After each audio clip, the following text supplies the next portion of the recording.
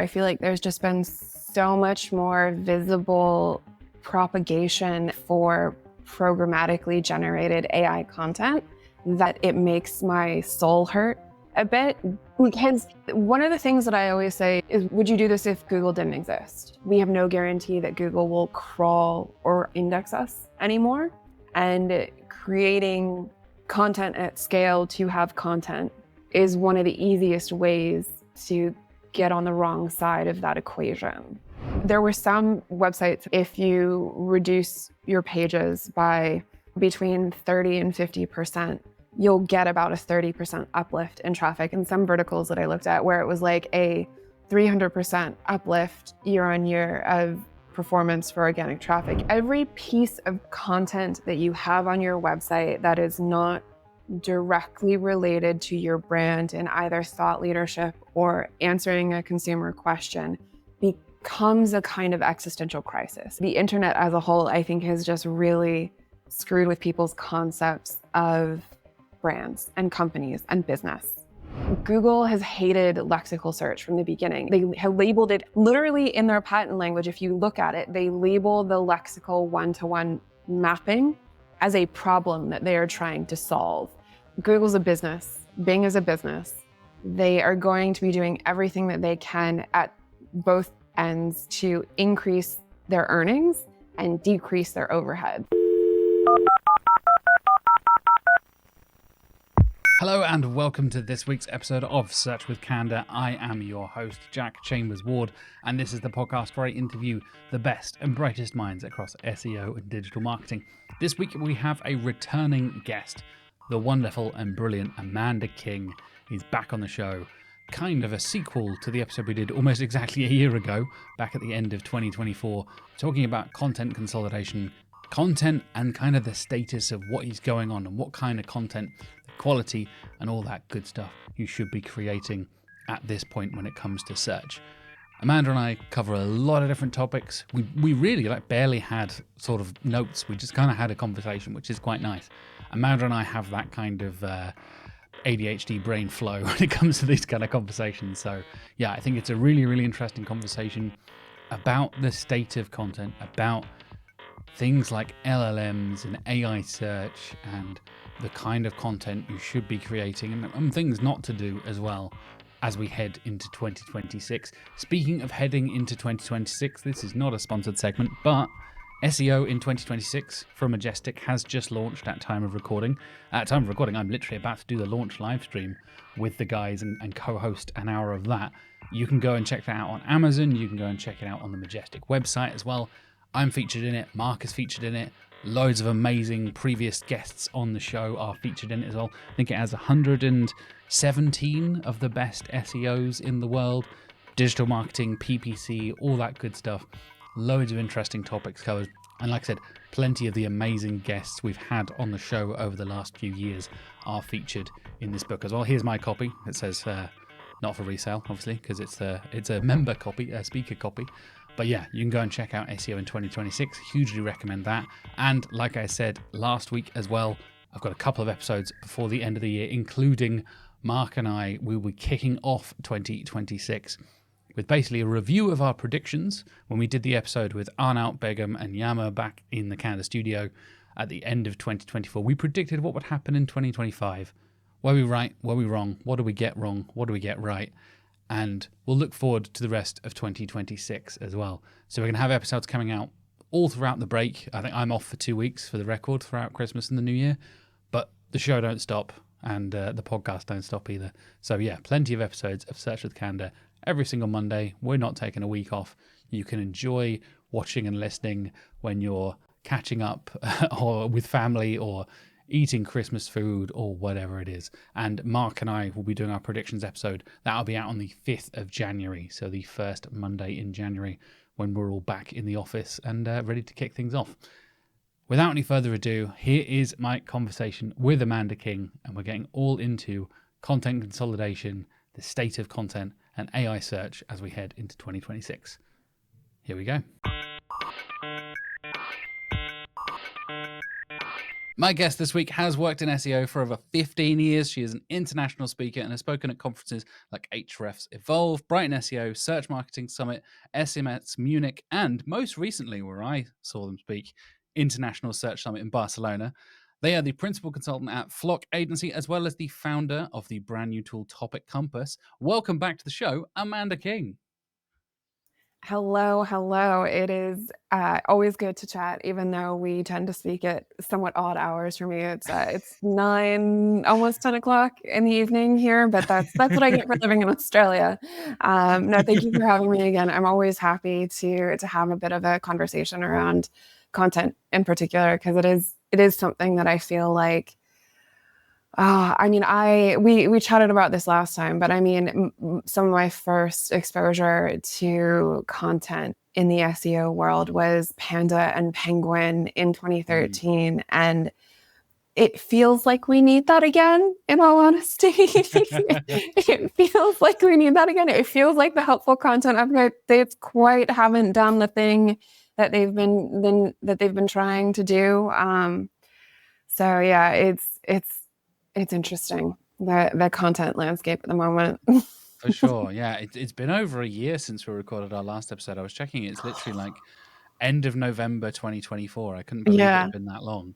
And it was literally like, I was thinking about, what topics we can cover this time yeah, compared to what we talked about last time. And obviously we covered a lot about like structure and hierarchy, and I know consolidation has been a yeah, big topic you've talked a lot about. And I was thinking like, honestly, I'm not even sure we need show notes. Like, so much has changed and so much has happened. And yeah, like you said, the chaos that we're seeing across various different SERPs now, across yeah. various different search platforms, it like content is in such a weird space in 2025, in my opinion. It is, How are yeah. you feeling about what has changed in the last 12 months? Like, since our last official conversation, not the jet lagged one we had in Yay. Barcelona, but the one on the podcast. No, look, sorry, my hair doesn't want to stay in place at the moment, so don't mind me for a moment. No, look, I think I like in the last year in particular, I feel like there's just been so much more visible propagation and proponency for programmatically generated AI content that it makes my soul hurt a bit, because it like one of the things that I always say is would you do this if Google didn't exist? And like, to me, fundamentally, doing anything at scale in that way, programmatically, just kind of copy pasting templated content, because that's what it is. It's just done in a slightly more conversational way. Maybe it just it doesn't make sense for a someone who's looking to build a long-term brand. And if you're willing to take the risk and understand that creating content at scale is now much more of a risk, then yeah, maybe. Because I think I've seen y'all at Candour talking about this a bit as well, that the kind of new threat, or the new old threat to our visibility online, is that we have no guarantee that Google will crawl or index us anymore. And creating content at scale to have content is one of the easiest ways to get on the wrong side of that equation.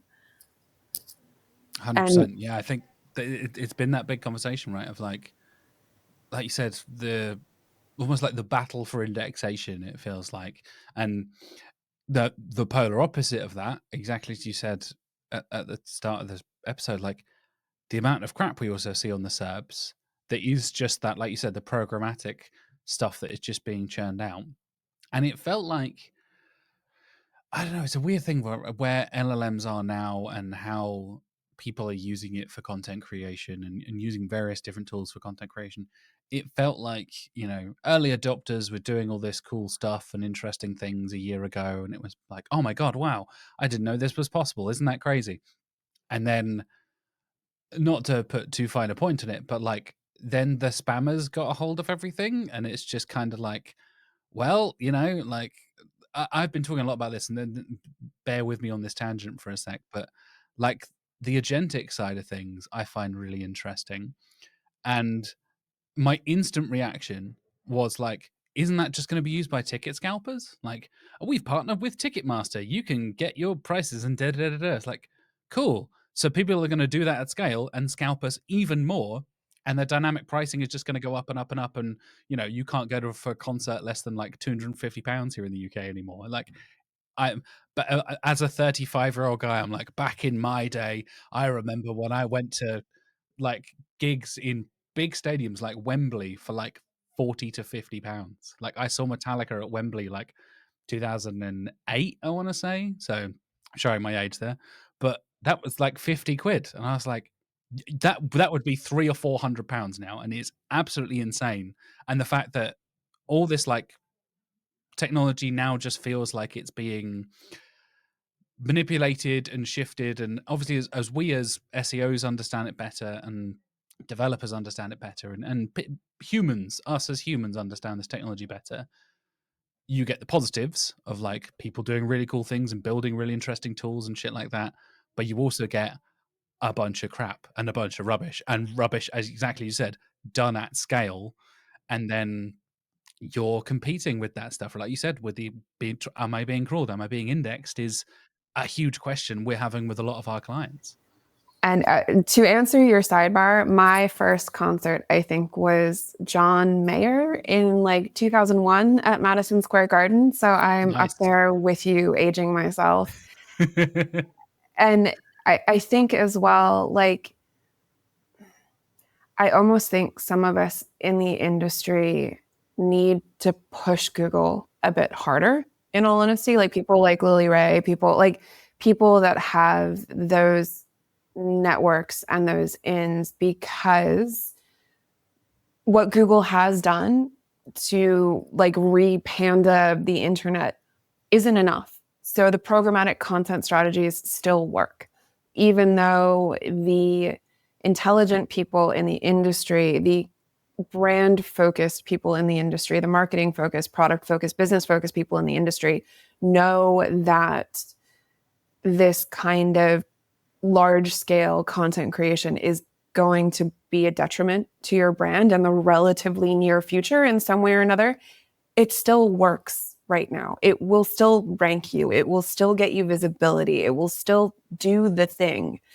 And that, like, there needs to be a bit more aggression somewhere to manage this, because we cannot all actively manage our clients to do this kind of content consolidation that I've talked about across SMX Munich and International Search Summit, where yes, if you do it smartly and if you do it well, it can get you like it. There were some websites and some verticals that I looked at where it was like a 300% uplift year on year of performance for organic traffic if you reduce your content, sometimes even only by 10%. But like that, the average, right, was if you reduce your pages by between 30 and 50%, you'll get about a 30% uplift in traffic. And this is from 8,000 like relatively bog standard domains that SEMrush very kindly pulled historical data for me for quite a while. Actually, when we first caught up about content consolidation, I think that was when I was just getting the data and like starting to dig into it and just being like, oh, this is a lot. I need to look at this and slice it and figure out what it says. But like, we can only lead so many horses to water without something more tangible from Google, or even from Bing, because Bing informs so much of ChatGPT. Like it's just something a bit more stern, I guess. It's interesting. Like, yeah, it's almost like we're zooming out on the concept of content consolidation and talking about it in the internet, right? Like the entire database of trillions of pages actually that needs kind of pruning, and there's a lot of crap out there. And not even, I was kind of being facetious earlier, right, with like, oh, the spammers have got a hold of it and stuff like that. There are people that have good intent that are just not aware of what's going on, or trying to do their best with the resources they have to them. I am not blaming anybody for using LLMs in their content process. That's totally valid at this point. But if you are, like you said, if you're just doing stuff at scale, and I think it's particularly interesting you bring up Bing there, because stuff like Index Now, again, the misnomer that it's actually Crawl Now, not Index Now, but let's not get into that. But I think it's a very interesting thing that has been talked about, whether Google would introduce something like that, right? And obviously, exactly as I reacted a couple of minutes ago, of like, the spammers will get hold of that and it'll be manipulated, and the SEO industry will do its thing and will ruin it in some form, because we always do. We can't have nice things in this industry. But we get that element of like, maybe that is a way of, I don't know, like pruning, being selective, being more kind of controlled about what you're actually asking Google to look at on your site. Exactly, you said there. You take a big site, but not a crazy big site, like 10,000 pages, right? And you, like you said, take out 30% of that. That is 3,000 pages. That is bigger than most small sites, but minuscule in the grand scheme of things, right? And it's this weird kind of scale concept of like, I always talk about this. So like, as soon as Google starts talking about percentages of any numbers, they are astronomical and you have lost track of it. Like, oh yeah, searches have gone up by 2% or whatever. Like, what does that mean? That's trillions. Yeah, Like, I was oh gonna say right, that's okay. like Like, 5 trillion searches. exactly right. Yeah. As soon as they start talking about percentages, because the numbers that Google are dealing with, and to a lesser extent people like Bing and OpenAI as well, it is like, maybe I'm being a bit sort of like futurism here and a bit sort of doom and gloom, but like, there has to be a limit to this, right? Like, with Well, the what was sheer it? server space, and like Yeah, the something I was talking about Cindy, with Cindy in Barbados, like three yes, years ago, was dug into Google's annual reporting in her talk in Barbados, I think, and was like, genuinely just look at how much money Google spends annually on servers to crawl the internet. It may be cents, like minuscule, like percentages of a cent per page, but it is literally crawling trillions of pages, like not even trillions, but like trillions to the nth degree of pages. Like it is not a small amount of money. And in fact, I think it's like the majority of their infrastructure cost. And like Google's a business, Bing is a business. They are going to be doing everything that they can at both ends to increase their earnings and decrease their overhead. And so, like, it is also grounding people in that fact, in that you are the smallest of a small element of a extremely large piece of global infrastructure. And the fact that all of your pages are crawled right now does not mean all of your pages are going to be crawled tomorrow. yeah, 100%. There was something that came up in the internet, or the SEO almanac, the thing that Jamie Indigo was talking about when I spoke to Jamie beginning of this year. Weirdly enough, God, that again, that seems like a lifetime ago. But there was a real kind of discussion around like the percentage of pages. We all talk about crawl budget and stuff, right? Like, and again, a lot of us are talking about very small scale things. Like, okay, my client has 10,000 pages or 1,000 pages or 100,000 pages even. That's a lot. That is a big number. If you're thinking about doing a content audit, doing a tech audit as a single SEO person trying to work through this. But then, exactly as you said there, you are the smallest speck of sand on a single beach on this planet compared to what Google is dealing with. And then, exactly as you said there, it's a business at the end of the day. They've got to factor in the money side of things.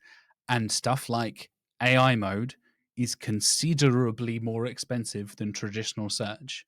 And how that stuff works from a energy and environmental perspective, from a financial perspective, from their side of things, is like, I think it's like 140 to 250 times more energy requirement and more expensive per crawl. And there's been huge talks about like, ChatGPT search is now more aggressive with its crawling. And that they are now building their own index. There's rumors of Apple building their own index as well. Bing is spinning off and doing their own thing. It's like so many people are piggybacking off various things and then creating their own stuff. We're just like, this sounds like a mad concept, but like, do we just need to like refresh the internet? You know what I mean? Yeah, Just we like need to blow reboot it the all whole up and thing and start like again. start Yeah. right? Yeah, Yeah, we need to blow it all up exactly. and start again. But no, I've had this conversation with Jenna Alderson a couple of times, but where it is essentially like every piece of content that you have on your website that is not directly related to your brand in either thought leadership or answering a consumer question becomes a kind of existential crisis. It becomes a moment and an inflection point for Google to essentially say, okay, you are ranking randomly for this document for Homer Simpson. Your brand is a gardening service in the New York City area. I have encountered this random document. I'm no longer going to pay attention to your website. Like that is becoming more and more likely to happen with every bit of SEO content you've written in the last 5 to 7 years, which is where this whole concept from doing this meta-analysis kind of came from, where I was like, this is a personal pet peeve of mine.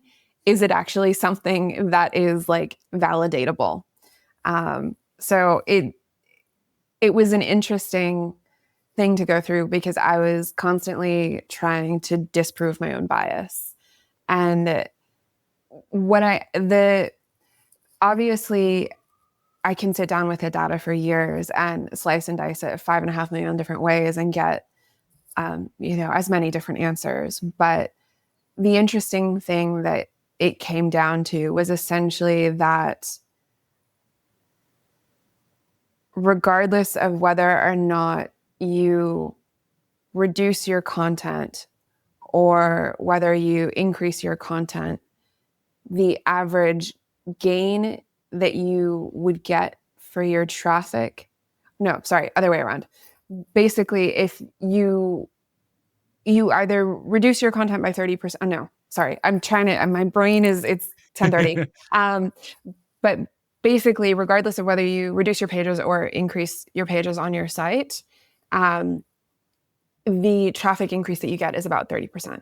So it's much more about how you approach it than necessarily there being a massive difference kind of in the impact, if that makes sense.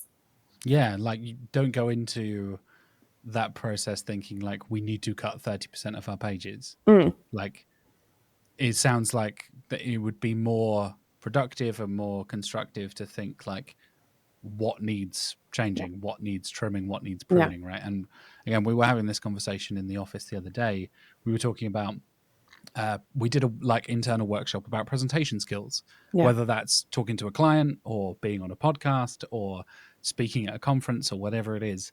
And just me going through and making my first proper talk for Brighton, like I learned so much about editing and editing and editing and trimming and trimming and trimming. And, having been a published writer in comics for a few years, many years ago, I learned to kill my darlings for very many years ago. Yes. But it is a real interesting thing, like trying to have that conversation with a client, as I'm sure you know, Amanda, is a very difficult thing of like, oh, but we really like that product. I'm like, when was the last time you sold that product? Like, when was the last time Oh, don't anybody even of get me any started on significance? like faceted navigation and Yeah. Jesus Christ.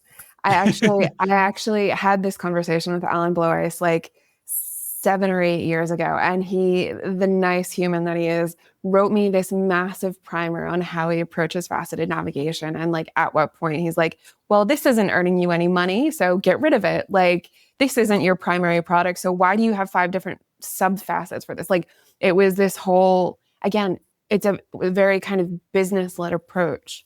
And I think that for whatever reason, and you might have feelings on this, maybe because we're in that kind of straddling generation, but I feel like so many people who are in business or in marketing right now have just generally been romanced by the internet, full stop, and forgotten that it is meant to be a vehicle for your business, and it is another channel or another medium. Like it is not the end all and be all, and it is not some like weird scary beast. Like leverage it and don't misrepresent yourself. And like, yeah, I don't know. I mean, it's a weird one where it's like the internet as a whole, I think, has just really screwed with people's concepts of brands and companies and business. Yeah, I think it's a really interesting, like, because we get stuck into, like, I think I'm totally guilty of this as well. Like you said, us being this generation of, we're the last generation remembering life before the internet, right? Yeah. Like having conversations with younger SEOs who are in their 20s and stuff, and just being like, oh yeah, I remember the first time I built a website or whatever. I was 12, and I'm like, websites didn't exist when I was 12. I mean, they did, but I didn't know they did. Like, there's a weird thing for me where you have that kind of conversation and you realize, like you said, so much of our life is on the internet. Yeah. So much of our life is on the internet. And I'm very aware that we are talking on StreamYard, and this will be published on YouTube and Spotify and Apple Podcasts. This will be on the Like, internet. subscribe, follow, etc., etc. Like all the cliche shit, right? Yeah. Like this is very much doing the thing on the internet, and you and Yeah. I have conversations on the internet, and we know each other because of the internet, right? Yeah. Like It's not all good a bad friends thing, through but the internet. I It's not think all the bad like, thing, exactly. Yeah, but there's a balance, right? but it is, I think there is a fundamental shift that a lot of people haven't realized, that in the way people approach and think of business in terms of what we were talking about talking to people about products or about um, their website presence or whatever, where it's almost like, I don't know if you have this, but the difference between using a credit card and using cash. Like credit card money doesn't seem like real money because it's not tangible.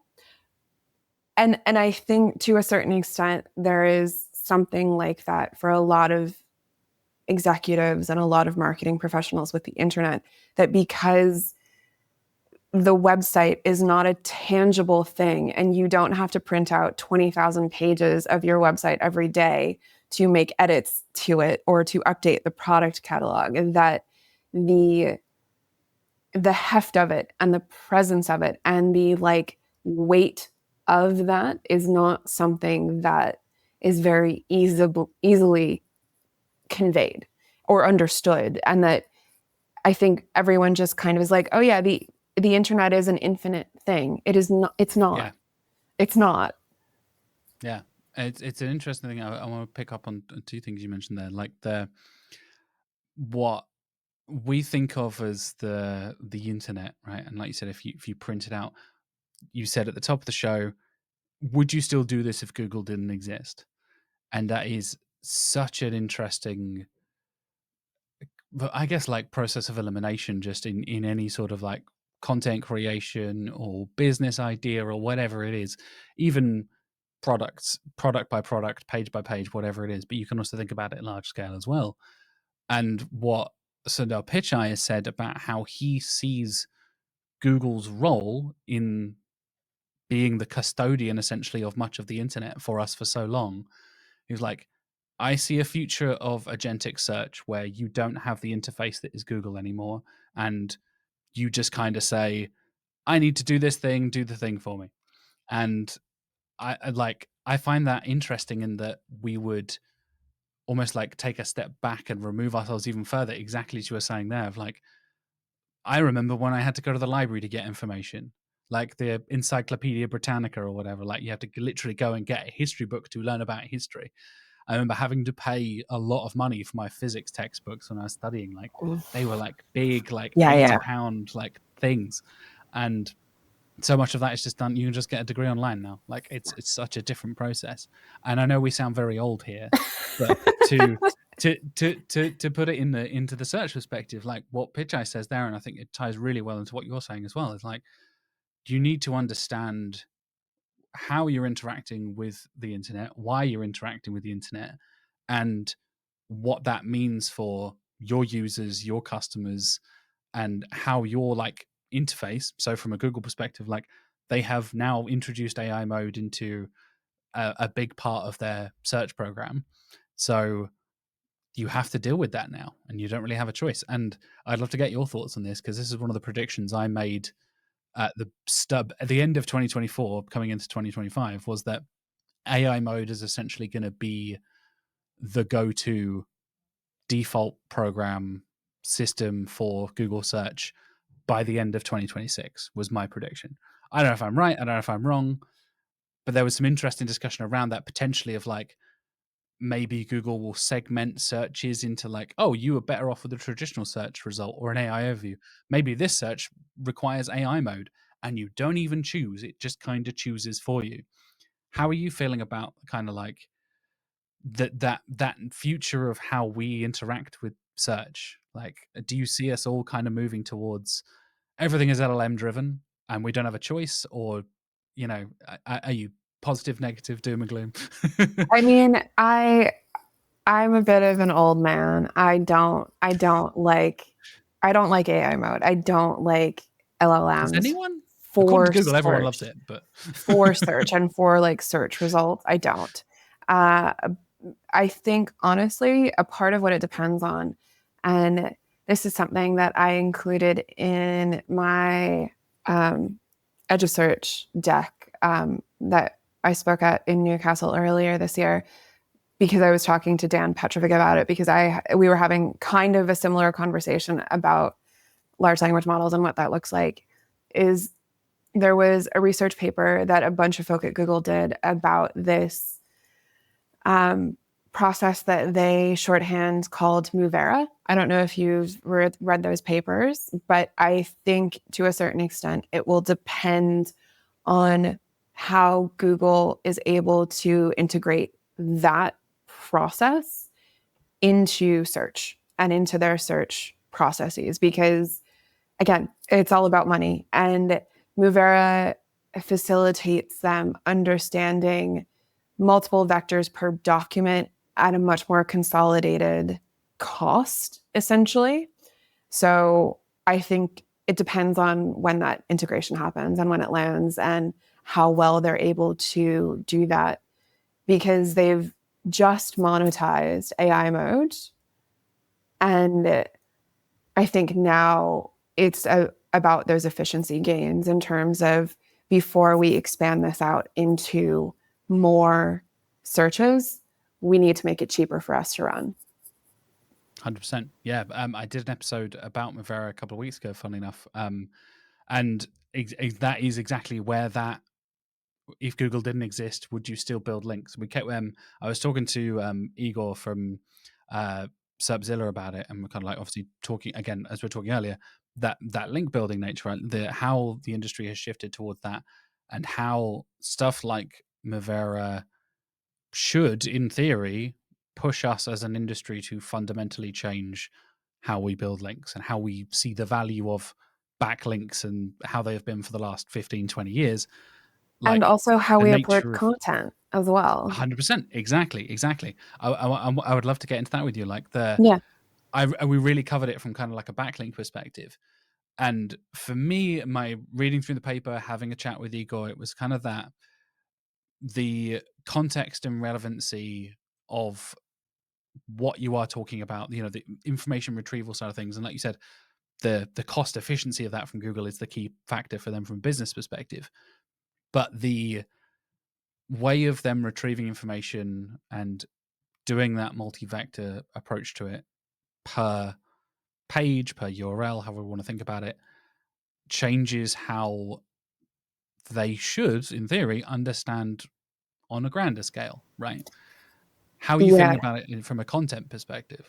Well, I mean, I'm obviously a bit biased because I do have Topic Compass, and my general concept is our tools and the way that we track success at kind of a top level in SEO by using keyword rankings has been holding us back as an industry since 2015. Because what was it? 2015 is when RankBrain was inserted into, and that was when they kind of officially moved away from lexical search, from that one-to-one keyword to document search, and moved into vector-based search. But our ability to track success never kind of developed along with that. So I'm hoping that Movera and this ability to say, okay, you've got one document and these are the multiple vectors or topics that we understand to be related to it, not just kind of that one-to-one relationship, will force people to more actively listen to folks like Rand and myself and other people just being like, think in topics. Stop thinking in individual keywords. Think in topics. Yeah, 100%. And I know, let's dig into some topic compass, because Yeah. we were just saying before we started recording, I've been playing around with the beta and Yeah. and testing and trying different things, doing the different like search Yeah. levels and stuff like that. And obviously, I have experience in seeing kind of the back end stuff of what we do Yeah. here with Also Asked as well. And I think you're totally right. We're seeing hopefully a positive shift in the industry from folks like yourself, like Rand, like Lily Ray we mentioned Yeah. earlier. Even people like Dixon and what he's doing with Yeah. Waypay Yeah. as well. Like the discussion of brand seems like a very nebulous thing, and I've Yeah. covered it a lot on the show this year. It's pretty much like the hot topic of 2025.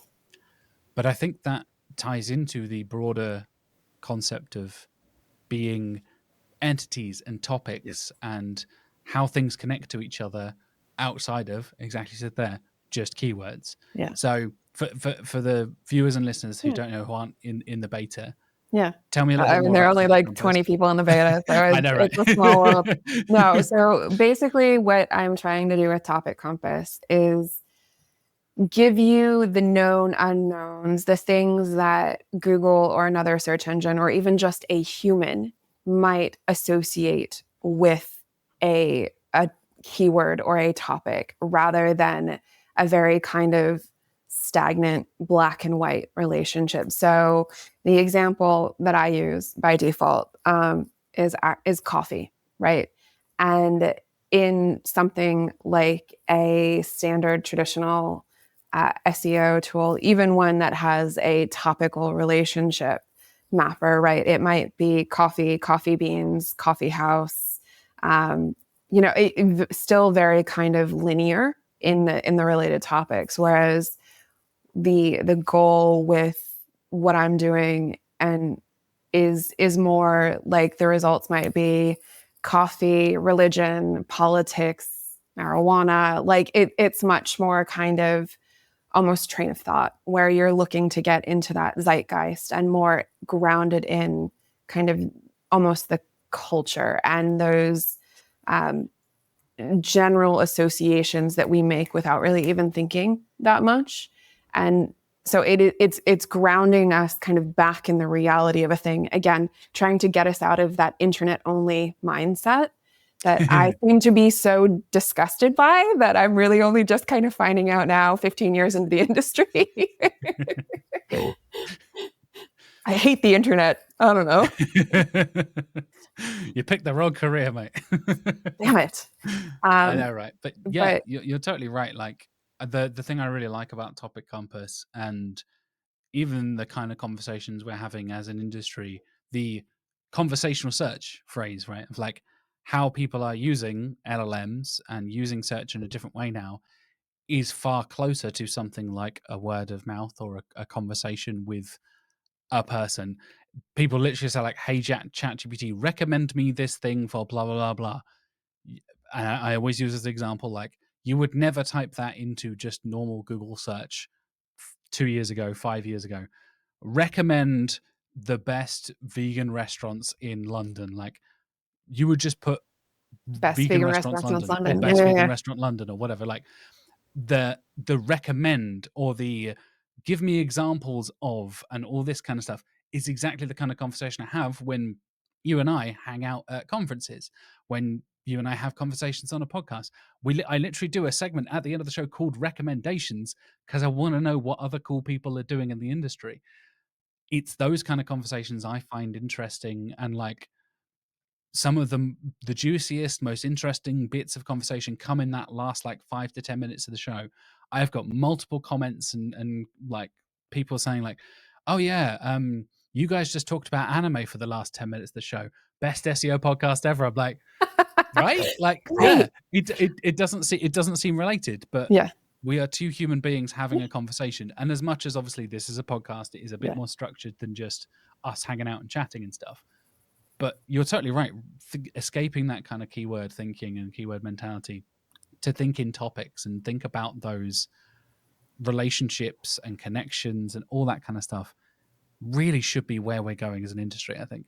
Yeah, and I mean, very much like also asked, it's an enhancer, right? It's a way to take your content brief and reground it in something that is closer to reality and something that is closer to how people are actually thinking and using the internet, right? Because when I was doing my initial research for this, because I was trying to find a tool that did this thing so I wouldn't have to do it and build it myself, That's was the start of every SEO tool, right? It's like, I needed to do this thing and nobody did it, so I built the thing. yeah, basically.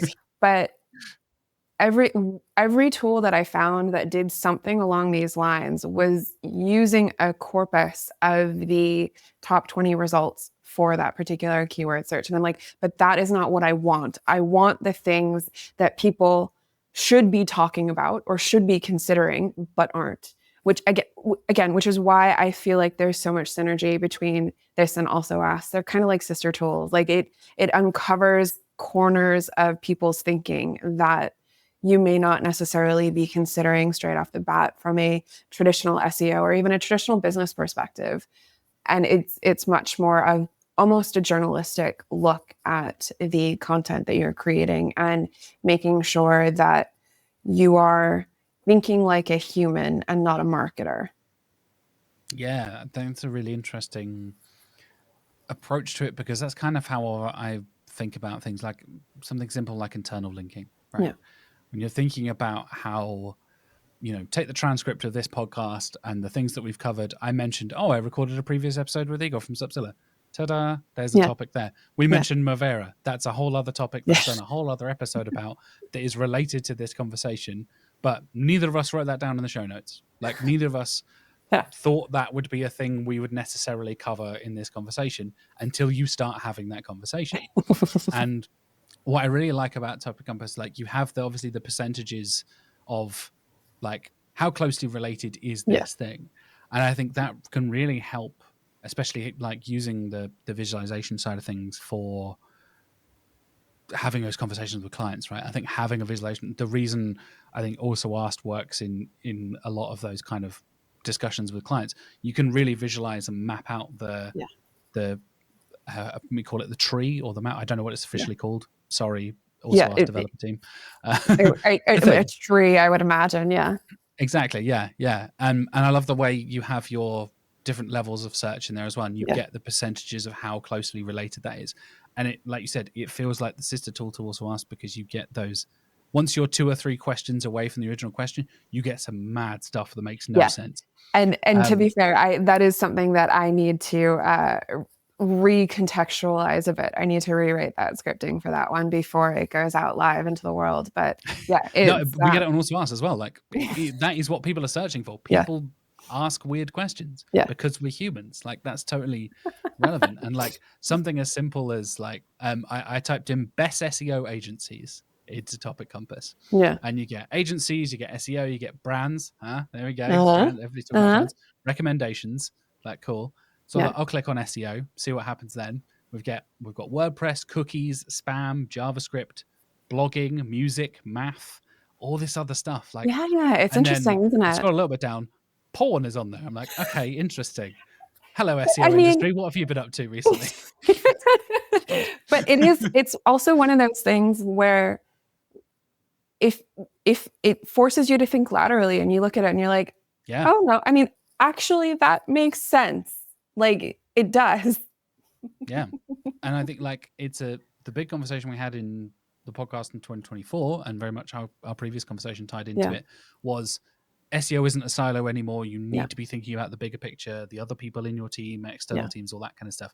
And just the fact that clicking on SEO here, you've got a CMS in WordPress, you've Yeah. got cookies, which Yeah. a lot of people would argue is not to do with SEO and is actually like, data management and privacy, and you need to speak to your security team and all that kind of stuff. It's like, I was literally having a conversation in our morning meeting this morning, in our team meeting, because the European Commission might be lightening, for want of a better phrase, GDPR and the Yeah. AI Act and how Yeah. strict all those regulations are. Like, that fundamentally changes your GA4 data. That could massively affect the kind of data that you are tracking. So cookies as a word doesn't seem related to SEO, but it is hugely related to SEO. And even like clicking on cookies here, hilariously, you get cake, cheese, cookies. It's like, okay, yeah, fair enough. Because the word cookies doesn't just mean Yeah. the bits of information we get through our little privacy band as well. But no, that is what I need to change. So what I'm going to update is that the levels will carry the context of the original search.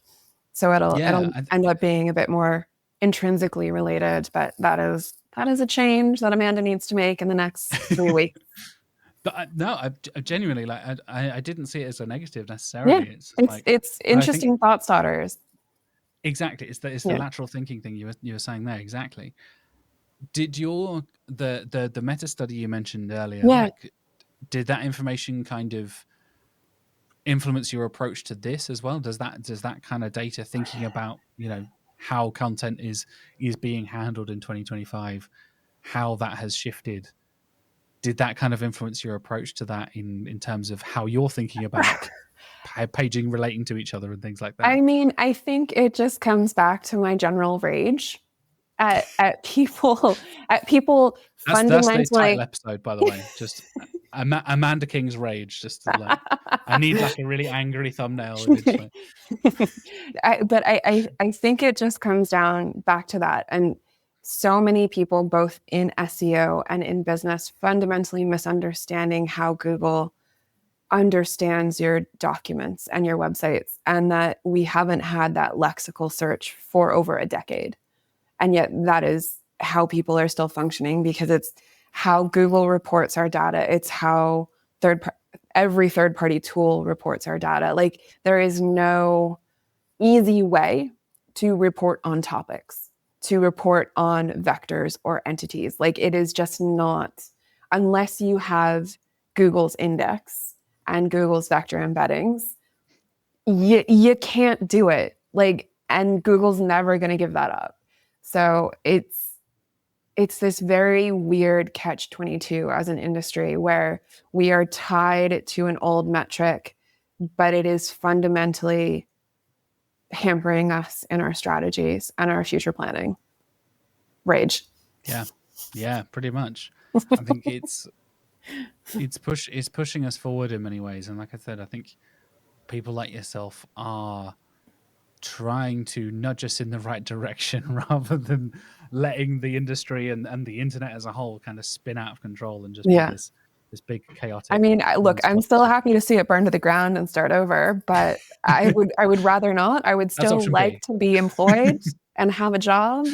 But no, it's interesting. And like, my hope, right, is I hope that, folks will go in and try it and at least get something new, have that lateral thinking. And as I was going through and doing the branding for this and looking at all of it, I was very sad that Apple had already claimed think different. Oh, boo. Because if they, like, that to me kind of really conceptualizes, again, both kind of also AS and YK and all of these kind of edge kind of tools that are pushing the boundaries of your thinking a bit, where it's like, we need to start shifting how we approach all of this and how we look at things, regardless of whether or not it's something our clients will praise us for. Yeah, absolutely. And I think this ties really nicely into I think a lot of people are worrying about the personalization of search, right? For us as an industry, Yeah. again, thinking about our lovely data that we have, Google so graciously gives us a Mm. sneak peek into, we don't get that. Again, thinking about it at scale, like you and I working in the same industry, similar age, from very different backgrounds, but we Yeah. have enough crossover that we would, in theory, search for similar kind of things at Yeah. times. We're looking for a particular SEO tool or looking for, as we'll get on to, sci-fi TV shows and stuff and all that kind of stuff. We have shared interests, but the way you and I would search would be different. And coming Yeah. back around to the conversational nature and all that kind of stuff, we've talked about this many times in the show already. But for me, when it think about the topics and you think about the conversational nature of search, the way we have conversations, the word of mouth kind of stuff that ties into that, when you're thinking about how it all relates to each other and how it all kind of ties into the personalization of Jack would search for this in a particular way, Amanda would search for this a different way, you at home would search in a million different ways as Yeah. well. But then if you can come together with like, oh yeah, I would never think of searching for, never thinking of this topic and how that relates to this thing, but other people do. Yeah. So how does that tie into, you know, other things? Like, for example, I have just typed in vegan restaurants in London into Topic Compass, and you get vegan, London, dining, all that kind of stuff. And I was thinking, like, okay, if I'm planning like a date night or something like Yeah. that, I don't live in London, but use as an example, like click on dining. I was like, okay, cool. It says dancing, movies, drinking, reading. I'm like, Yeah. maybe we should go to the movies afterwards as well. Like, Yeah. that's not a thing that Google would ever serve you in a traditional search. Would be Yeah. like, if I'm looking for best vegan restaurants, if Google also went, hey, you should go and check out Picture House Cinemas or whatever, I'm like, piss off, Google. I don't want to hear about that. But seeing it here Yeah. kind of reframes that concept, Yeah. right? You think like, oh yeah, maybe we could go dancing afterwards. Maybe we could go drinking or go out, and dating is on there as well as like the second layer related Yeah. concept. Oh, it's like instantly it opens up possibilities of like, if you're planning something, and this is Yeah. totally relevant for the content side of things, if you're writing like a best guide to London, and that's an overdone subject, don't start doing Yeah. that now, it's already been covered a million times, but like this ties into Yeah. how you relate those topics to you. Oh yeah, I'd never have thought like I should also book us a cinema ticket as well as that reservation at that restaurant, So but you should, like. the default example that I use kind of in all of my content talks, because I'm a traveler and I'm obsessed with food and like sweet things, is I say I was on Google searching for, I don't know, best things to do in Paris. I would not trust someone who didn't talk about the Louvre and croissants and Notre Dame, or, you know, the ossuaries and the, like, there are things that are not directly keyword related, but are in that universe, that are things that are trust markers, that are not things that would necessarily immediately come to your mind, but as a human, you kind of intrinsically understand. And the thing that I always like, the thing that I always remind people is that Google has hated lexical search from the beginning. They have labeled it as literally in their patent language. If you look at it, they label the lexical one-to-one mapping as a problem that they are trying to solve. But they didn't have the technology to meet that promise and to fix that for like 10 years. Like, they couldn't start really doing that until 2015, 2017, 2019 with RankBrain and BERT and Mum and all of that. Like, that was when they started actually being able to deliver on that promise of understanding the intent, which as humans, we understand as like all of these trust markers, right? All of these intrinsic trust markers of the surrounding concepts that people talk about. But because it's a machine and it has to be black and white and it has to be defined, they have to find a way to define it. So, like, and they couldn't do that until they had the data, until they had the knowledge graph, until they had all of that. And so it's just like Google has always been trying to get away from keywords. It always has. But it took them a while to get there because they had to build the technology to do it. Yeah, you're totally right. Like the guys at Google have talked about this. You're absolutely spot on, mate. Like, it's been in the patents and the documentation for a long time. And if you speak to, again, if you hear interviews with Sundar Pichai or Yeah. other, C-suite people at Alphabet and Google, they're talking about this in a much broader way than Yeah. just we think about keywords. Like, Yeah. they haven't thought about keywords for a very long time. And like you said, as we see things like the monetization of AI mode and the monetization of the other side of it, chat GPT search and all the other Yeah. like LLM powered stuff, you're going to see, I mean, this is a whole other conversation. I briefly touched on this when I talked to Greg Finn from Marketing Clock a few Yeah. months ago. It was like, how do you do keyword targeting for your PPC when there are no keywords anymore? Again, from the SEO side, how do you track anything if there are no keywords anymore? Does that mean all of the lovely ranking tools we've been using for 15 years are just thrown out the window now? Like, how does that work?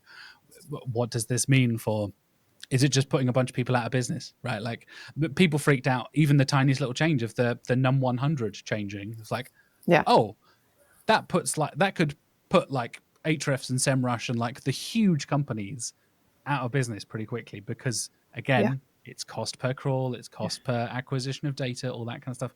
As we talked about right at the beginning, when it comes to Google being a business, that matters so much Yeah. that tiny little changes can make, have Or that break. butterfly effect. Yeah. Yeah, and break things, exactly. And I've just put in things to do in Paris into Topic Compass. I've got it on my little side screen here, so I'm having a look. We've got Paris, we've got France, we've got attractions. So I was like, cool, okay, attractions, and thinking about like what else you can do there. Yeah. Like, spending is an interesting one. Of like, Mm. okay, like things to do in Paris, because I would guess, and I will have a look at my Google results here. AI overview is very much like iconic landmarks and all this Yeah. kind of stuff. Very quickly, Topic Compass is like, have you thought about shopping? Like, there you go. Like, that genuinely, like, again, that's a similar kind of thing for me of like, when you think best things to do, I think of touristy stuff, Yeah. not even necessarily shopping. You think, like you said, Louvre, Notre Dame, Eiffel Tower, all that kind of stuff. But then not once in the entire AI overview does it say like, also Paris is one of the most like international cities in the world and has some of the most incredible fashion and da da da da, all that kind of stuff. Not once. Doesn't mention buying or purchasing anything. And on the second layer, sorry, on the main results, on layer one, on surface level layer, you've got spending, like, straight away. It's like, oh yeah, maybe I should talk about like best shops and like, that's how you get into, and Or this is budget. exactly, Yeah. right? Like, things to do in Paris on a budget. I Mm. have, again, this is where like conversational search happens, right? Where the LLMs come in very handy. It's like, I have a budget of 200 euros for the weekend. Yeah. I'm interested in books and I don't know, something else, music. What should I do in Paris? Yeah. Like, are there any good bookshops? Mm. Are there any, like, I like collecting records, like, are there record shops, all that kind of stuff. And the way I worded that, you absolutely could not type that into Google. I've got about a budget of, I guess, kind of 200 euro ish. Like, as soon as you put 200 euro ish, Google is freaking out, right? And What and is ish? I think exactly right. What is this ish? Like, there's a relationship there between topics and conversations Yeah. and the way we talk as humans that is like, I would ask you if you said, I haven't been to Paris. I don't think I've been to France a couple. I've never been to Paris. But if I was asking for You're your so close. recommendations, I know, right? I know. If I was asking for your recommendations, Amanda, you would probably ask me questions back straight away, right? Mm. You wouldn't just be like, "Here's all of this stuff." You'd be like, "Well, what are you interested in?" I'm like, "Oh, I hate history." It's like, "Oh shit, okay, right." Like, that's kind of a big part of that city. Like, but like, you might ask me if I'm, like I said, am I interested in books or Yeah. art or whatever? Like, if you're not, then maybe do this. If you are, then Yeah. do that. It's that conversation. It's It that is. relationship. It's that dynamic there. That's not just like, here's the things to do, a generic list of Yeah. stuff. But exactly as you said, you still need to mention that stuff. because it's the obvious trust building stuff that you need to Yeah. build that foundation with, right? Yeah. If I had that conversation, you never mentioned the Louvre. I'm like, one of the most famous art galleries in the history of the world is there, right? And you're like, oh You yeah, I know, they did make forget really about good that. pastries. Yeah. I've heard the food is quite nice. You didn't mention the French food at all. Like, oh yeah, I guess I probably should mention food. You're a Yeah. human who eats, right? Like, Oh, no, it's yeah. So it'll be interesting, I think, to see how everything goes, because as with everything, there are going to be blind spots in the information, and like it's not going to be suitable for everyone. It's English based. Like there's going to be biases in there. So but it's a start, and it's a thought starter, and it's hopefully relatively accessible to folks. Like yeah, doing my best to make it easy. It's not anything that I want to hide behind doors. Because like that's just not how I function. It like I'd rather make it easy for folks. I'm not someone that's like, you need to pay me $12,000 to get me an hour of my time. Like, no, I'm not that special. they can get it for free on Search with Candour. There you go.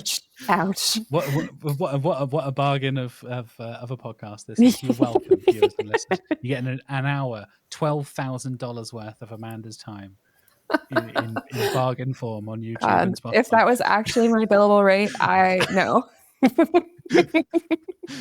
Mate, you'd be owning the Louvre by now. Like, yeah. I mean, that'd be handy. That'd be handy. Yeah. Exactly. Yeah. I teased them earlier on. We always end every episode with some recommendations. Yeah. And I'll start off with the SEO relevant stuff, and we'll get on some fun stuff at the end as well. What is the one actionable thing you'd recommend the viewers and listeners to start doing today in SEO marketing? Well, this will be related to kind of what we've chatted about, but when you're thinking of writing a new article, look back and see if you've written it already. You probably have.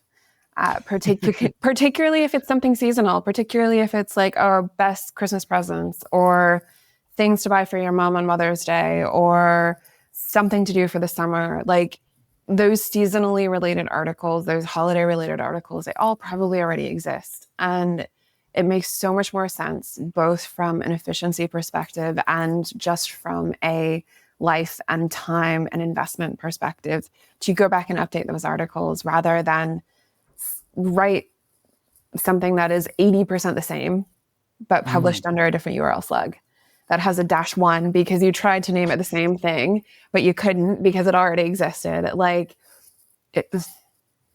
just check. Just even if it's doing a site search in Google for your own site first, and just doing like a site search, candour.co.uk in URL summer or whatever. Like, be lazy with it. I don't care. You don't have to do a whole screaming frog crawl. Like, just check, because it does probably already exist.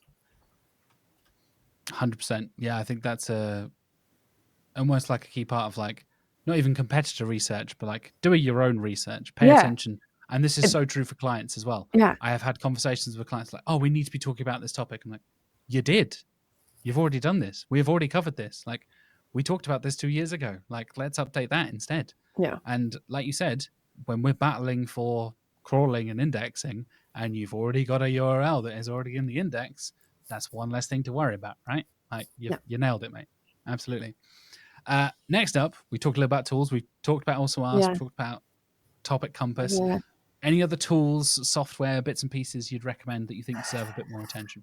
Yeah. So this one isn't necessarily a hidden tool, but I do think it is going to become a lot more useful, particularly with the focus on agentic, which is something that we've not talked about, because the push with agentic and what people are going to have to do with agentic is essentially wipe their tech debt. Their tech stacks are going to have to be neuron perfect, because there is no give in agents. They don't understand if something is slightly incorrect. If it is incorrect, they will stop and they will not continue the flow. Like Jess Schultz did a really good example of this in one of her recent talks, where she went through and did like a stupid amount of agentic searches, and, like 10 of them actually got through to the end because so many websites didn't have the proper actual encoding that was needed to facilitate these visits. So, but Classy Schema is a really good tool to help visualize the schematic side of what will start really helping agentic AI and what will start really helping Google ranking pages that will then become more visible in large language models because of that schema. And there's a whole thing there, right, where we know that there's not a direct relationship between large language models and schema, but large language models rely on RAG, and there's that whole conversation where like schema is still important, but that's a whole nother, that's part 3 of this conversation. That's not in the 5 minutes, but that, yeah, Classy Schema I think is a big one. I think it's becoming a lot more known and more people are using it, but it's definitely a good one to really identify. And then Peak, I think, is another one. It's a relatively low cost, but actually quite robust AI tracking tool. So I think if you don't want to spend the 500 US a month or whatever it is for Profound, or any of the other kind of enterprise level competitors in that space, Peak is a really good spot to start understanding your visibility in large language models and kind of similar platforms. Awesome. Yeah, I've first learned of Peak at Brighton, just gone, funnily enough. Yeah. I know they were quite active, like chatting to speakers and stuff, and they seem like a really nice. I have not given those tools a go. I will definitely have to check them out. I will have to check them out. I think it's like you said, schema is an interesting one, and the conversation I had with Jana van Driel and the conversation I've had with Dave Ojeda as well is like, sure, schema doesn't help LLMs necessarily, exactly as you said there, mate, but it is also helping Google get data, and it is saving them time and money. And until I had that conversation with Dave a couple of years ago, I had never thought of schema as like, you are doing Google a favor and serving up your data on a platter, and therefore you are saving them money. And I was like, oh, there's a business case for them to prioritize. That's really interesting. Like we said, it's a business, right? That's going to matter. It all comes down to dollars and cents. 100%. Unfortunately. You wouldn't think like schema comes down to money, but like everything kind of comes down to money. Particularly when you start getting into like the nuances of RSS feeds and feeds for Google Merchant Center and things like that. Like eventually our websites will essentially become enriched data feeds, and some of that will be based off of schema. And like it should all be things that are considered now before it's too late, essentially, because a lot of this requires infrastructure to be able to feed dynamic fields and things like that, and database restructuring. Like that's something that I'm working with clients on, is like, we need to restructure the database because these fields need to be exposed and accessible to schema. Full stop. Yeah, 100%. I think it's like you said, that's part 3. That's a whole other conversation. We'll do it in another year. Exactly. Every November/December, we'll regroup and just have another. So what's been going on? Oh my God, holy shit! Conversation. Yeah, for sure. Let's end with something fun. And I teased it earlier. Recommend me a movie, a TV show, a podcast, video games, bands, whatever you're into, whatever you've been enjoying recently. Yeah. Okay. Well, I'll start with some things that were not actually in the show notes, but game wise, I've been playing Hades 2 quite a bit lately. Oh, dude, yes, yes. I actually haven't been playing. My partner's been playing. I can play for about like the first quarter of any video game, and then he has to take over because I don't have the skills. I didn't grow up playing Donkey Kong and doing platforming. I was only allowed computer games. I didn't have console games growing up. Ah, interesting. So I don't have the muscle memory. I just kind of spam buttons, but I enjoy it. And then I also, on one of my many international sprints across the universe, time traveling, I watched Sinners. That was a My really film of good the year. movie. My film of the year Really for good sure. movie. Yeah. Um, and then in terms of what I did actually put in the show notes, I've been watching both Andor and Dune Prophecy. So Andor I picked up because Yost actually initially recommended it to me, and then I realized my parents were watching it at home, so I just ended up watching like 2 or 3 random episodes in like the middle of season 1 with very little context. Good drama, amazing like vistas, very well kind of shot and directed, and then same with Dune Prophecy. When I was again time traveling through the universe, I think I ended up watching like 3 or 4 episodes at the start, and like the drama is fantastic. Yeah, You're just absolutely. shaking your head like yes. No, no. Like I'm a huge Dune nerd. Yeah, I've read all the Frank Herbert stuff and really really enjoyed the movies. yeah, And it's so nice to see something I've been such a nerd of for so long, like having a resurgence. yeah, And and like getting its due in terms of actually being done really well. yeah, like I mentioned Sinners being my film of the year, but like my favorite director for years has been Denis Villeneuve, and it's like, oh, Villeneuve is doing Dune, like, and my Christmas has come early, right? Like everything I love is happening at once. Like, Yeah, I couldn't ask for a better like pairing. his Blade And Runner as well was fantastic. oh, I love 2049. I know a lot of Yeah, people don't like that movie, and like, it's oh, just it's not as good like as the original, and all it's that kind of just stuff. Like, so like environmental. yeah, Like you get absolutely. put in the universe immediately. And it did the same thing with Dune, where it's just like you are there. And oh my god, the soundtrack for Dune, Mate, just I'm like the obsessed.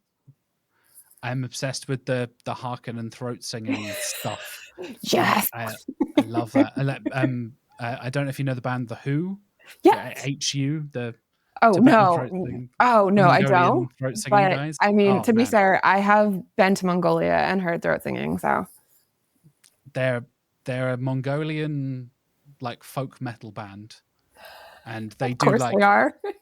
they do covers. They do have loads of original songs, but they do covers of like Metallica and Iron Maiden and stuff. But in Mongolian with traditional Mongolian instruments, but it's like metal as hell. There's loads of throat singing and it's awesome. And So there's my recommendation for you: is Who. The Who is spelled HU.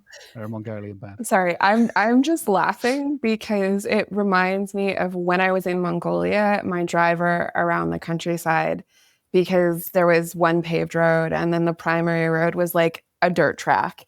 But he this was when Justin Bieber's Baby had just come out. So he would, and he loved it. He would alternate between Justin Bieber and like traditional Mongolian folk singing, and it was Nice. fantastic, but bizarre. I will never listen to Justin Bieber's Baby and not be able to think about Mongolia. I was hoping you were going to say like he just started singing "Baby" in the Oh, throat singing thing. I no, was no, but he would like sing Baby. "Baby, baby," like that would be No, amazing. no, he would try and sing Baby in English and was just very enthusiastic about it, and it was fantastic. But no, he did not throat sing Justin Bieber's Baby. That I Yeah. feel like would have caused my brain to explode. That's the mashup we need. Yeah. And yeah, Andor, I think he's like, for want of a better phrase, it's the Star Wars I've been waiting for as an adult, right? It feels like Star Wars for adults in a way that a lot of the recent shows have kind of Yeah. like, okay, yeah, sure, we get a Boba Fett thing, like cool, whatever, like, Yeah. you know, it actually has something to say, and it's not Mm. just the fairy tale good versus evil Yeah. type stuff. It's like, oh, there are There are shades actually of points gray. being exactly shades of Yeah. grey and conversations to be made and commentary about the world we're living in and stuff. It's like, yeah, this is what science fiction is supposed to be. Like, this is how you have these kind of conversations about what is happening through art and through things like that. Yeah. No. So I will ask you this: Star Trek or Star Wars? I'm a bit of both, if I'm honest, Uh. but I'm more probably Star Wars, to be honest. Oh, I don't I, know if we I'm can be friends anymore. well, I I have seen all of Star Trek, Yeah. apart from the latest seasons of Discovery, because Yeah. I grew up. My dad's a Trekkie, so I grew up on Yeah. Trek.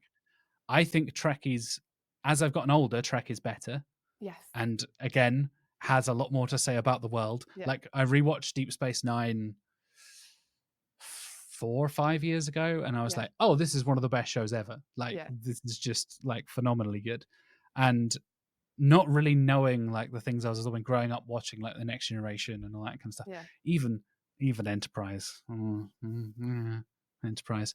But like, yeah, there's a real kind of, I feel like we need a Star Trek resurgence. We're getting with like Lower Decks and stuff. I've not seen Lower Decks and a lot of the really, really recent stuff. Mm. I enjoyed the Abrams trilogy for what it was, but it was still J.J. Abrams, and he was basically doing Trek, but it's Star Wars, and he wanted to do a Star Wars, Yeah. and he eventually did a Star Wars. It's like, right, yeah, that makes more sense. I think the cast of those movies is like immaculately good, Mm. but unfortunately, it's J.J. Abrams, so I'm like, Yeah. whatever. No. How do you feel about modern Trek? So I can't say I've actually watched too much modern Trek because What's I your cutoff point? I grew up on Picard and Riker and Janeway. Hell yeah. And it's really funny because again, after the International Search Summit, I went and visited family back in the States. And as I was kind of spending my evenings with my parents, I realized that I grew up on Star Trek. They did not. So there were some things that I intrinsically grasped about the series and the way that it was approaching things that my parents did not. Because, like, for example, there was one really campy episode because it was one of the like holodeck, like we're in the Wild West kind of episodes. And my dad was like, oh, it's one of the weird episodes. And I'm like, Dad, I didn't say the same, but I was like, you're missing the whole point of the series. Like, the reason, part of the big reason that Star Trek and this kind of sci-fi universe can approach such serious topics is because it has very unserious moments. Like, because the camp is there. If the camp wasn't there, like the resonance wouldn't be the same. Yep. You need that levity to almost like break tension sometimes, right? Like, and I think you can go, I've definitely seen this in the opposite direction where you get the like, we don't take ourselves seriously at all. You get almost like the, somebody else described it on a podcast listed there, like the Rick and Mortyification of sci-fi. Where like everything's a joke now. And I'm like, yeah, okay, but like, can we have a conversation? Like, also the we're getting on a whole other topic here, but like the Whedonification of dialogue in movies, where the Joss Whedon quip dialogue-y kind of stuff that was so popularized, obviously, when he did his TV shows, and then going through to Avengers, and like every character has a joke or a quip or is ready to have a one-liner. It's like, can we not? Can we have like relevant conversations and also some levity? Like, you don't have to ruin impact. You can have impactful moments and emotional story. Like you said, Star Trek can have silly cowboy stuff, and then there are episodes where Cisco from Deep Space Nine goes back, and it's like, oh yeah, you're an African American guy in the 40s. We need to talk about this. It's like, it's a fun. It's basically like LA Confidential. It's a fun little detective story. It's like, no, he's an African American guy in the US in the 40s. He's not just going to have fun, wacky adventures. Like, same thing with the Wild West stuff. Like, there is so much of that is that commentary, that is that tying in and having character development and stuff like that. Again, this is maybe a pet peeve of mine. Like, the people who create like essential viewing list episodes of like, here are the 20 episodes of Voyager you need to watch. It's like, no, you need to watch Voyager is what you need to do. Yeah, because just watch the whole thing. Exactly. Sure, you will get like the broader war stuff that's going on and their journey back to Earth and all that kind of stuff, the bigger plot points. But the filler episodes also have like some of the best character development and some of the best interactions. Those moments where you can develop a new character or like, a new favorite character or whatever. And yeah, I find that stuff. I feel like I need to go back and watch Voyager. Sorry. For sure.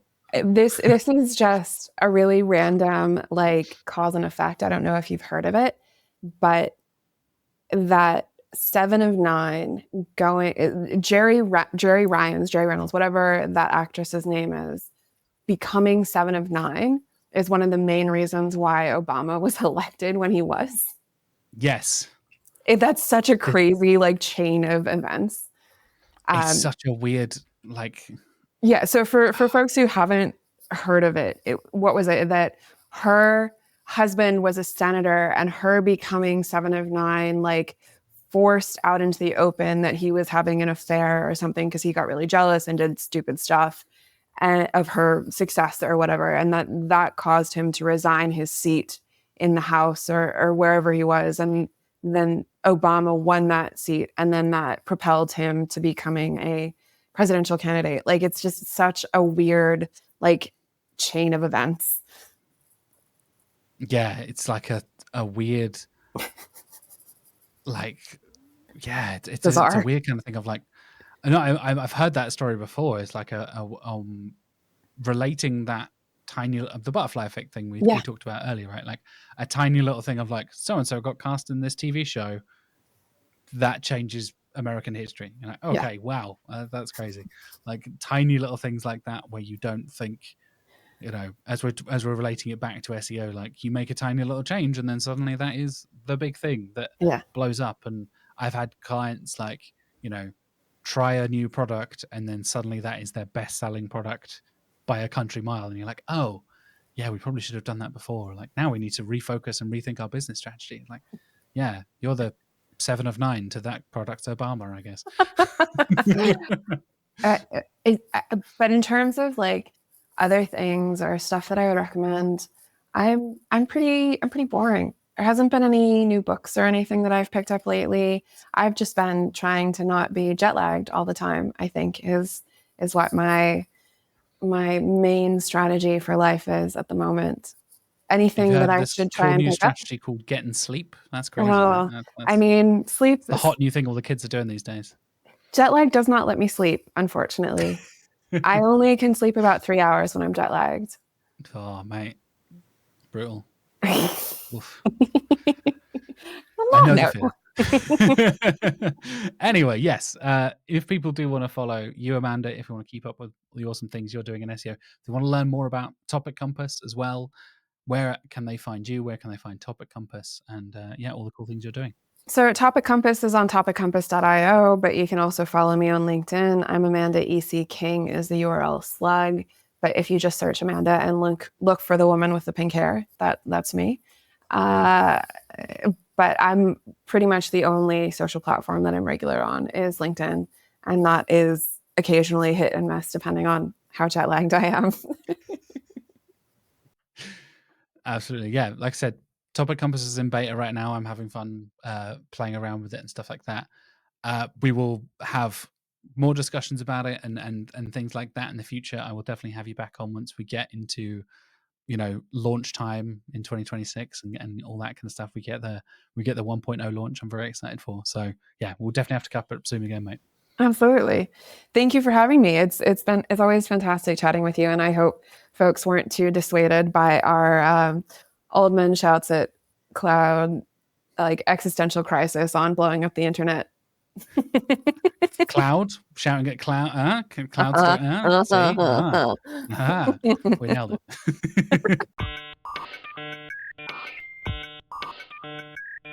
And that wraps up this week's episode. Thank you so much to Amanda King for returning. Thank you so much to you for watching or listening, wherever you're watching or listening, whether that's YouTube, Spotify, Apple Podcasts, Podcast Addict, all the other options. You can tell Podcast Addict is my podcast app of choice. But yeah, I hugely appreciate your support throughout the year. I'm just working on the basically end of year report for the directors here at Candour, and we have seen some amazing growth throughout the year for the podcast, both on Spotify and YouTube. And we just posted our Spotify Wrapped for the podcast as well, which is very, very cool because the podcast is hosted through Spotify for Creators. So it kind of broke down all of the amazing things. And I want to give a special shout out to one episode in particular, Irina Papuk, the #1 most listened to episode of the year on Spotify. I will let you know what the overall most viewed and listened to episode is at the end of the year. And a shout out to Spain for giving us the most comments on Spotify. Thank you, Spanish fans. I appreciate you. Muchas gracias. Anyway, next week I'll be joined by Abby Bennett, and we'll be talking all about brand and digital PR. Abby is brilliant talking about that kind of thing. I actually moderated Abby speaking back in April in Brighton SEO. And yeah, we hit it off straight away. And I think Abby has some really interesting journalistic and really interesting PR ideas that kind of relate to what we should be doing in digital PR at this point in 2025 and as we're heading into 2026 as well. Speaking of us heading into 2026, like I said, I've got a few more episodes left for the year, even including that episode with Abby. I also have an episode with Greg Heilers talking about the evolution of Harrow and reactive PR, kind of a couple of weeks of PR here. And then we'll be wrapping things off with Mark Williams-Cook. The 5th of January is the plan for the episode with Mark. We'll get into basically predictions for the rest of 2026 and all that fun stuff as well. And yeah, I think we'll have a lot of fun getting into what we got right, what we got wrong in our predictions in 2024 heading into 2025, and we'll make some more for 2026 as well, because that's always fun, right? I feel like I maybe should do like a midweek check-in as well. And I actually was just contacting guys to do more of the kind of panel episodes like the one I did with Chris, Dawn, Jono, and Miriam, which is probably my favorite episode of the year, where we just got into a big discussion about the future of search, our relationship with Google, all that kind of stuff.